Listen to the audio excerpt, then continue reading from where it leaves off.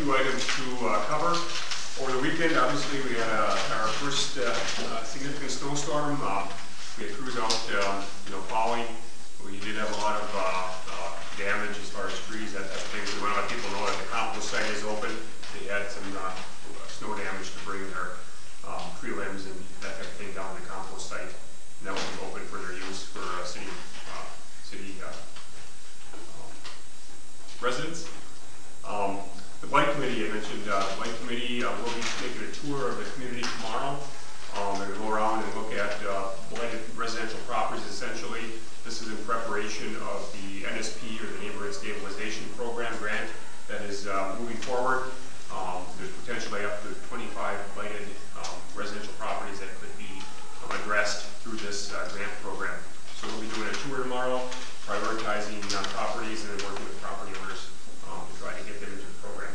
So that should be Are there any particular areas that you're working on, or is it throughout the city? Throughout the city. I know the building department has been generating a list from comments that we've received, other input that we've had. So if anybody is aware of a blighted property they would like us to look at, to forward that to Dennis Hewitt's office. You can put it on the list and take a look. And tomorrow is just kind of a general tour to look at some of the properties already on the list that have been identified as potential properties, and then if there's others to look at. So again, we can take additional suggestions even after tomorrow. So if there are properties people would like us to look at, we invite them to submit those to us to review. Tomorrow we are going to have a little cake and coffee for Dan here at the Memorial Building from 2 to 4. So we invite anybody that's interested to come in, wish Dan the best in his future career opportunities. Again, like I say, we're sorry to see him leave. He's done a lot here for the city, but he had some real great opportunities I think that were presented to him. So again, everybody's invited 2 to 4 tomorrow in the Women's Club room for some cake and coffee, and also to stay afterwards. We do have cookies and coffee, so you can't get enough cookies and coffee here at the City of Arnwood. So feel free to stick around tonight too and talk with Dan if you can't make it tomorrow. The local street project, the paving project that's been going on over the last few weeks has moved forward very well. Weather has slowed that down. The majority of the streets have been paved. There's still some restoration work, shouldering that needs to get done adjacent to the streets, a little bit of paving that needs to be completed. Another part of that project, there are a number of utility street patches throughout the community. That is part of this project too, where if there's been a utility cut to fix a water main or something like that, part of their project is to repair a number of those also under this contract. So again, weather allowing, they'll continue with that. For some reason, the weather does tighten it up or button it up. They'll button the project up and finish it in spring. But there's still maybe a window of opportunity to finish up that project yet this year. The skateboard park, the contractor, Angelo Pino, did pour the second half of the slab. Last week they had a window of opportunity that they took advantage of. They poured the other 50 by 100 slab adjacent to the one that's there. They are, part of their project will be to put in a paved parking area and a fence around that slab. So they are still moving forward. Again, weather dependent, they'll be moving forward with that project. With Halloween coming for Ironwood, the trick-or-treat date is Saturday from 4 to 7. So, okay. So that's here shortly. And then again, just to remember to turn your clocks back on Saturday. That's the end of my report. I do want to add, I know it was mentioned before about there's some rural development funding. We talked about this a while ago. The city had applied for the library for some potential funding. Again, assuming that a referendum would be passed to support that project. That funding has been approved at the state level. Again, it's set aside if the city would like to utilize it in the future. Again, to utilize it, it would have to go out for a referendum to be able to support the debt service. There has been no obligation on behalf of the city. There is a letter that the bond attorney has submitted to you for your acknowledgement, just so you're aware of that. I know there's been a little confusion. Has the city encumbered debt or haven't they?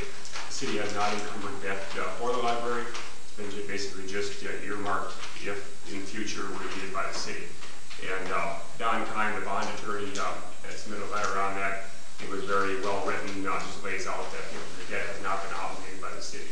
So I just wanted to make you aware of that. Is there a time frame for that money? I believe it's 2 years. I have to confirm that, but I believe that money would be held for up to 2 years if the city would choose to utilize it in the future. Again, there's no commitment that you would have to, but it's just basically getting pre-approved if in the future the need were there. And also, is the grant contingent on the loan or not? The grant is contingent on the loan. So there was a $50,000 grant that has been added to that wasn't there previously, but that would be contingent on the loan. So we couldn't just take, we already asked, we just take the grant and utilize that, but it's contingent on the loan. Okay. So tied together. Louise, yes, you said you were going to talk. You wanted to speak on it if it came up. Yeah. It's come up. You want me to do it now or at the end? Why don't you do it now? Okay. I guess I have a few concerns. Wastewater treatment plant. People voted no. It's sitting up there. Grant County Jail. People voted no. It's sitting up there. The library. People voted it down 2-1. Not that it's not a good idea. Not that it shouldn't be. There's just no money. Now, you're going to guarantee, I guess that's the word I'm asking. Are you going to guarantee this commission and all the taxpayers in Ironwood that this will not, under any kind of bond you can get, whether Julie can get a bond throwing it up in the air, this will not go until the people vote, no matter what type of bond you can get? Or are you going to somehow circumventingly increase the millage and not let the people know? I mean, increase the millage and just say, well, you're stuck with it. Lots of luck. Yeah, the city can't increase the millage without a referendum. The voters would have to support that. So you can't just So arbitrarily you're telling increase. me that no matter what type of a bond Julie can come up with, unless Julie's been lying to all of us, and there is plenty of money in the city, but under no conditions is this thing going forward, whether it be this commission, the next commission, or whomever, unless it goes to the vote of the people. Then it will proceed forward, under no other condition. Excuse me, I don't think Scott can promise you that because it's not his decision to make. Whose is it? It'll be the commission's decision. It would be whatever commission is sitting here at the time that opportunity is presented. But I think you can say that you can't increase the millage. That's right. I mean, it doesn't matter what commission is here. I think we're at a constitutional limit to the point where I don't think you can add any more than one people. Right. So that will consist. Yeah, but that assumes that rate will continue. Sometime in the future, the rate might go under the constitutional limit. But right now, it isn't. So. It doesn't assume that you'd be asking for a millage increase to pay for it. If you didn't need a millage increase to pay for it, if you had some other source that you could use, then it would be up to the commission. No, but that wasn't the question. The question was, Well, I know, but I can think I know you increase the millage without a vote of the people? Yeah. The answer to that question. But I think the intent of her question is, Then my next, won't move Yeah, but forward. there's no human being on earth that can guarantee what future councils are. Right. okay, then it's going to be my recommendation. This council sits here for 4 more days. Between now and 4 more days, you call a meeting and you put a no vote on this now. Well, this commission sits here until the next one is seated.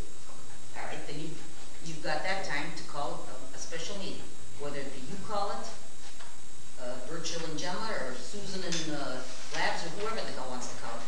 Call a meeting and put a no vote. You cannot continue to force things on people where there's no money. There's just no money in this town. More people are moving to the township. The hell, we might as well all close up and move. So please, do something between now and this commission meeting. We have no idea who's going to be in it. None. But Louise, how can a vote today find a new commission? The new commission come in and just undo it. Well, I mean, that's it very- doesn't make any that's- yeah, sense. that's very What sense possible. does it make But for if them we to say- vote no for a week?